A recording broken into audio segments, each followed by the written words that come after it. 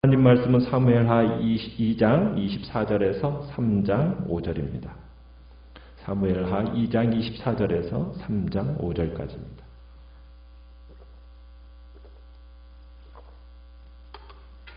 사무엘하 2장 24절입니다. 요압과 아비새가 아브넬의 뒤를 쫓아 기브온 거친 땅의 길과 기아 맞은 쪽 암마산에 이를 때 해가 졌고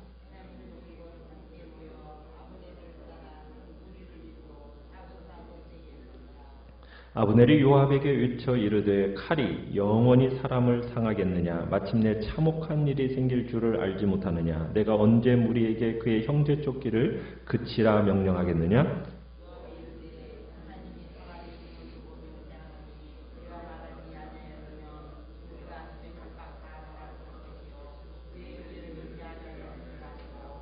요압이 나팔을 불매 온 무리가 물러서고 다시는 이스라엘을 쫓아가지 아니하고 다시는 싸우지도 아니하니라.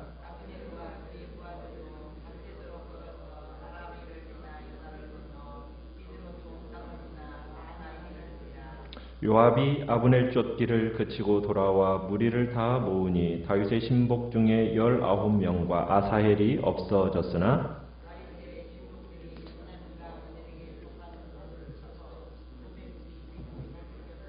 무리가 아사헬을 들어 올려 베들레헴에 있는 그의 조상묘에 장사하고 요압과 그의 부하들이 밤새도록 걸어서 헤브론에 이른 때에 날이 밝았더라.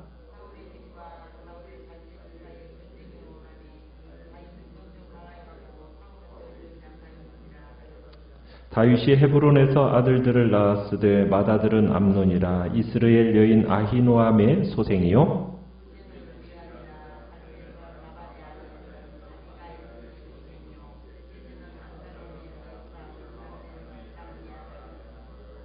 넷째는 아도니아라 학기스의 아들이요 다섯째는 스바랴라 아비달의 아들이요 여섯째는 이드람이라 다윗의 아내 에글라의 소생이니 이들은 다윗이 헤브론에서 낳은 자들이더라. 아멘. 오늘 말씀의 제목은 점점 강해지는 비결이라는 제목으로 말씀을 나눕니다. 지금 이제 이스보셋이 왕위로 오른 이후에 아브넬을 중심으로 한 북이스라엘과 사울의 집과 그리고 이제 다윗의 지부의 대표로서 요압이 이제 전쟁을 벌이게 되는데요. 다윗의 군사들이 아브넬의 군대를 이기고 추격을 하게 됩니다. 그러다가 아사헬이 죽은 곳에 이르러서는 더 이상 추격을 못하고 잠시 그 자리에 멈춰 서게 되죠. 요압은 자기가 사랑하는 동생이 죽었지만 전혀 내색을 하지 않고 여전히 이제 아브넬을 이제 추격을 해서 작은 산 위로 밀어 올립니다. 24절에 가보면은 그들이 아브넬을 추격하기 위해서 기브온 거친 땅의 길과 기아 맞은 쪽 암마산에 이르렀다. 그때 해가 졌다고 얘기합니다. 그러니까 거의 낮 시간 내내 추격을 한 거죠. 요압과 아비새가 왜 이토록 아브넬을 집요하게 추격했겠습니까? 그것은 다름 아닌 아브넬이 이스라엘의 실권자라는 사실을 알았기 때문에 이 실권자만 제거가 되어지면 이제 북이스라엘은 이렇게 사울의 집안은 자연스럽게 와해가 되는 거예요. 그래서 어쨌든 그들이 결정적인 공을 세우기 위해서 지금 아브넬을 그렇게 추격을 했던 겁니다. 25절에 가보시면은 요압 부대의 추격을 벗어난 이스라엘 용사들과 베냐민 족속이 함께 모여서 아브넬을 따라 한 무리를 이루어 작은 산 꼭대기에 섰다 이렇게 표현하고 있습니다. 그래서 멀리서 이제 추격을 멈춘 요압 진영을 바라보고만 있는데 양측이 이제 소강 상태에 들어가는 거죠. 이때 아브넬이 요압에게 휴전을 제의합니다. 26절에 이제 휴전을 제의하는데 기브온에서 벌어진 이 교전이 전 국가적인 내전으로 전개되지 않기를 그 바라는 마음을 아브넬이 피력한 거죠. 그러면서 26절에서 얘기하는 것은 마치 전쟁의 주체가 칼인 것처럼 이렇게 말을 합니다. 칼이 사람을 상하게 한다는 말은 마치 이제 맹목적인 호전성, 적개심 이것으로 인해서 작은 이 분규가 전면적으로 전면전으로 이렇게 몰아가지 말 것을 지금 얘기하고 있는 겁니다. 이 전쟁에 무엇으로 말미암아 촉발되었습니까? 12명씩 뽑아가지고 이렇게 서로 죽이는 그 일을 통해서 대표 용사들의 결투로 인해서 전쟁이 촉발되었는데, 이 전쟁이 대의명분을 넘어서가지고 이게 야만적인 칼의 광란으로 귀결되는 일들이 지금 벌어져가고 있는 겁니다. 그래서 그러지 않기를 바란다라는 마음에서 지금 아브넬이 요압에게 이야기를 하는 거예요. 그러면서 여기서 추격전을 멈추라는 거죠. 멈추지 않으면 피차에게 참혹한 일이 생길 거다. 여기서 참혹한 일이라는 표현은 뭐냐면 전면적인 내전이 일어날 것을 경고하는 겁니다.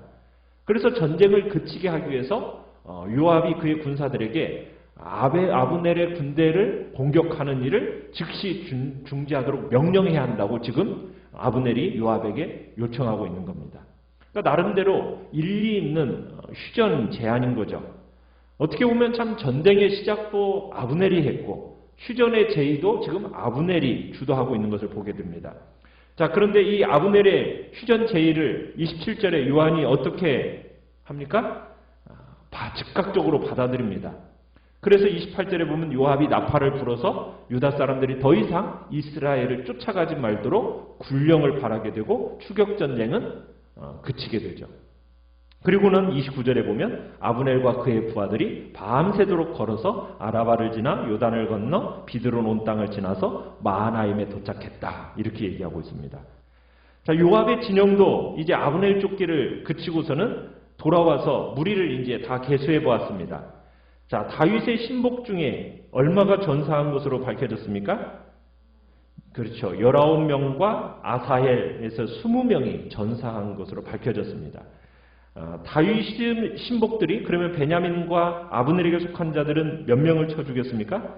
360명을 쳐 죽였죠.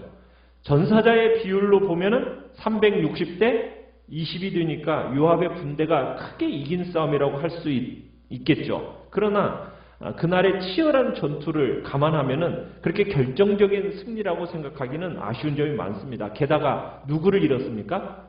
용장인 아사헬을 잃었어요. 어떻게 보면은 다윗의 군대 입장에서 보면은 상처뿐인 영광이었던 거죠. 어떻게 보면 이제 남북 간의 화해라는 길이 멀어지게 만들어주는 이 죽음, 이 아사헬의 죽음이 그런 죽음이었고, 또 아브넬에 대한 요압의 이 마음속의 적개심, 적이, 이것을 더욱 깊이 만든 희생이 아사헬의 죽음이었습니다. 자, 유다 사람들은 이 아사헬의 시신을 수습해가지고 베들레헴에 있는 그의 조상의 묘에 장사를 지내죠. 그리고는 요압과 그의 부하들이 이제 밤새도록 걸어서 다음날 새벽녘에 헤브론으로 돌아옵니다. 거기서 헤브론까지의 거리는 약 50km 정도 됩니다. 그러니까 밤새도록 50km 정도를 행군했다는 얘기입니다. 그리고는 2장에서 3장에 이어지면서 이 사건 이후에 다른 전쟁이 많았음을 1절에서 3장 1절에서 밝히고 있죠. 사울의 집과 다윗의 집 사이에 2년여 동안 전쟁이 지속된 겁니다. 자, 그 결과는 어떻게 되어져 가고 있다고 지금 1절에 표현하고 있습니까? 다윗은 점점 강해져 가고 사울의 집은 점점 약해져 갔습니다. 어떻게 보면 사울의 집안 쪽에서 일방적이고 무모한 싸움이 진행되고 있는 겁니다. 다윗을 상대로 싸우지 않을 수는 없고, 그리고 이 대세를 아브넬이 잘 알고 있어요. 그러나 이 내란이 2년여 동안 계속 지속되는 이유는 뭐냐면 다윗이 적극적으로 왕권을 탈취하려고 들지 않은 겁니다. 왕권이 다윗 자신을 찾아와 주기를 기다리고 있었기 때문에 2년여라는 세월 동안 계속 이 내전이 벌어지고 있었던 거죠. 자, 그러더니 이제 2절부터는 다윗과 사울 집안의 갈등에 대한 이야기를 잠시 멈추고는 무슨 이야기가 나오고 있습니까? 다윗이 헤브론에서 낳은 아들들의 이름이 나열되고 있습니다. 자, 헤브론을 근거지로 해가지고 유다의 두령 생활을 하고 있던 다윗이 몇 명의 아내를 얻었습니까? 6명의 아내에 몇 명의 아들? 6명의 아들을 낳았죠. 여기서 다윗의 아들들의 이름을 이곳에 나열한 것은 이제 이스보셋과 다윗의 대조를 극대화시키기 위해서입니다.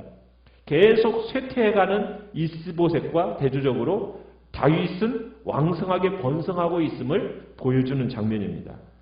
자, 자녀들을 한번 보시면은 첫째 아들이 누구입니까? 암논이죠. 아히노암으로부터 낳은 맏아들 암논입니다. 둘째는 아비가일이 낳은 둘째 아들은 길르암.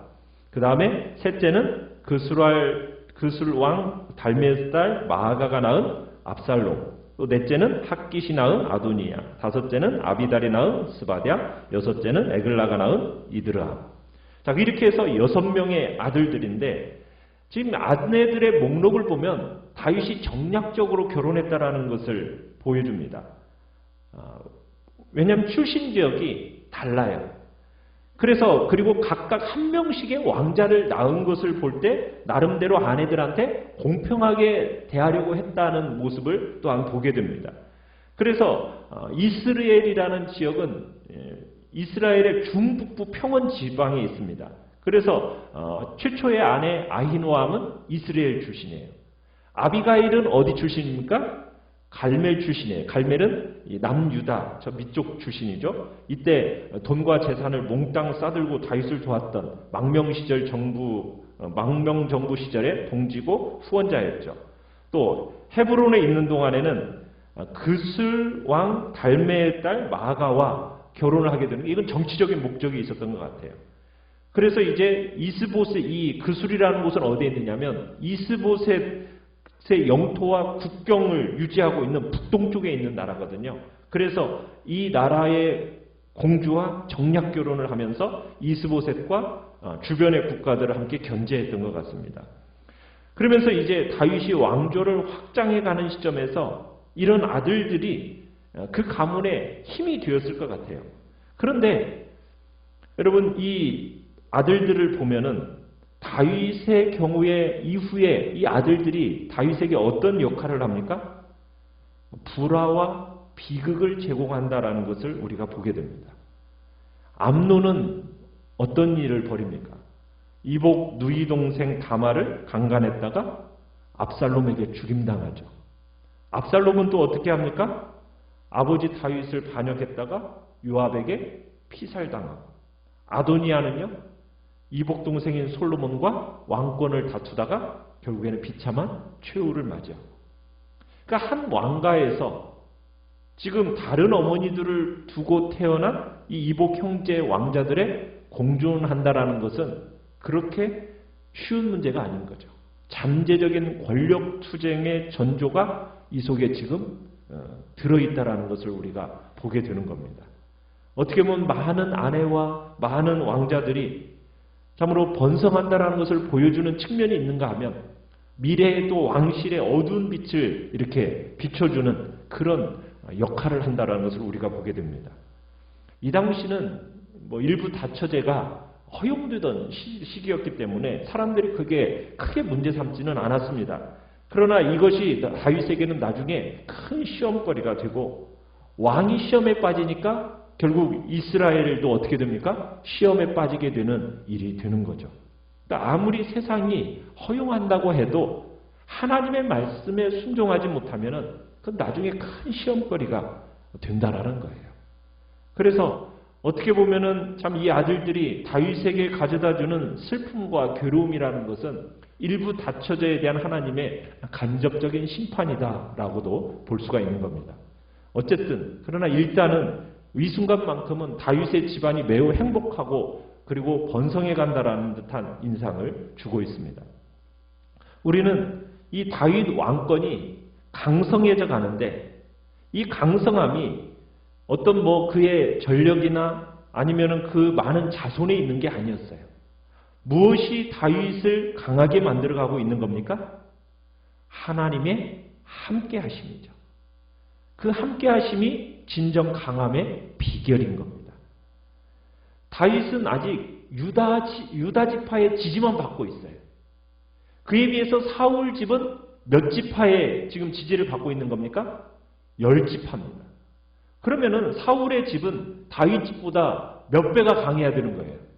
10배가 더 강해야 마땅한 거잖아요. 그런데 이상한 것은 뭐예요? 다윗의 집은 점점 더 강해지는데 사울의 집은 점점 더 약해진다는 거예요. 이유가 어디에 있겠어요? 하나님이 다윗의 집에 힘을 실어주니까 그러는 겁니다. 이것이 하나님을 믿는 사람의 비밀입니다. 하나님의 사람에게는 하나님의 도움이 있는 거예요. 하나님이 함께 하시면 점점 강해지게 되어 있습니다. 왜냐하면 그 안에 또 사람을 끄는 힘이 또 그 안에서 작용하기 때문이죠. 반면 하나님이 함께 하시지 않는 그 인간의 모임 속에는 무슨 일이 있습니까? 뻔합니다. 하나님이 없는 곳에는 인간이 득세하면 그 안에 자기 자랑만 있고 다른 사람만 욕하고 결국 새로운 것이 하나도 없는 거예요. 그러면은 모두 진부해지고 점점 약해질 수밖에 없는 것이 인간의 모임이에요. 우리는 우리의 강함이 어디에서부터 나오는지를 이 시간 우리가 다시 한번 확인하면서 나의 강함은 오직 주님께만 있다고, 오직 나의 힘은 예수 그리스도를 통해서만 나온다는 사실을 다시 한번 주님 앞에서 고백하면서 참으로 믿음으로 하나님만을 의지하는 복되고 용기 있는 삶을 살아가겠다고 이 시간 결단하며 나아가시길 바랍니다. 말씀을 생각하면서 기도하시고요. 연약한 우리의 지체들을 위해서 기도해 주시기 바랍니다. 기도해 주시기 바랍니다.